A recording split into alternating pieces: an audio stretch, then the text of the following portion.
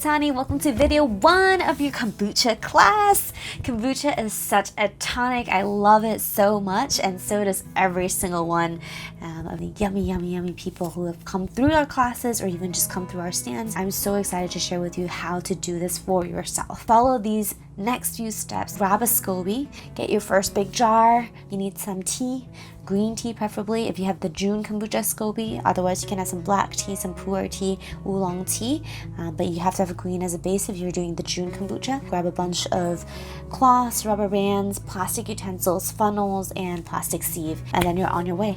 So that's all you need to know. The first fermentation is all about allowing the brew to ferment with honey and allowing that to ferment with some already fermented juice. All right, so all the details are all around this video. Talk to you soon. So the tea, and then you would just go from the bottom. You just take the bottom ones, and then the top ones you'll rehydrate them. So they're basically just naturally dehydrated right now. Oh my gosh, you're so thick. Yeah, very thick. thick. My hand round.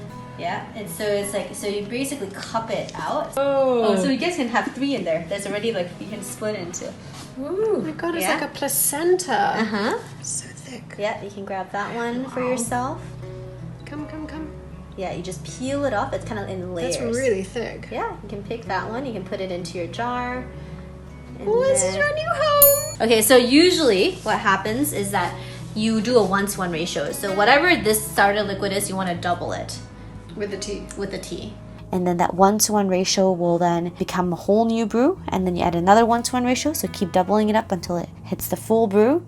And then once it hits the full brew, you can start harvesting, pouring things out, all the way until your SCOBY gets way too big and you can split it into 2 jars.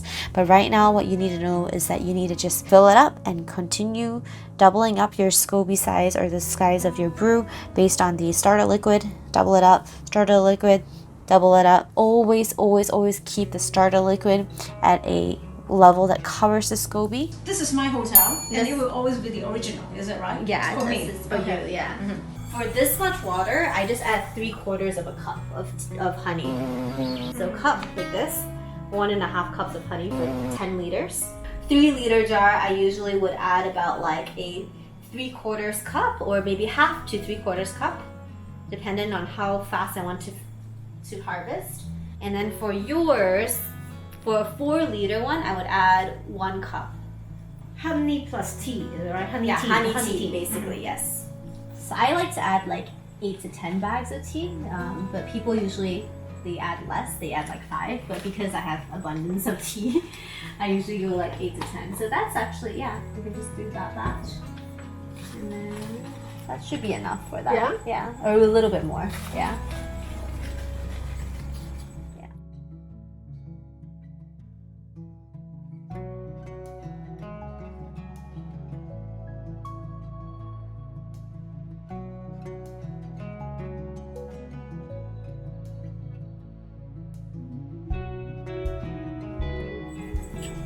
So the SCOBY that you have is already trained to take both teas.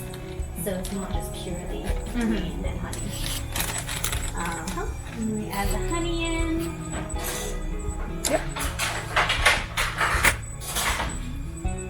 How I usually do it is I usually have something like this, and then I would binder clip it so that it just can hold it, and then you can pour it in. You can do it wherever you want. Can I use this? You can also use that, yeah.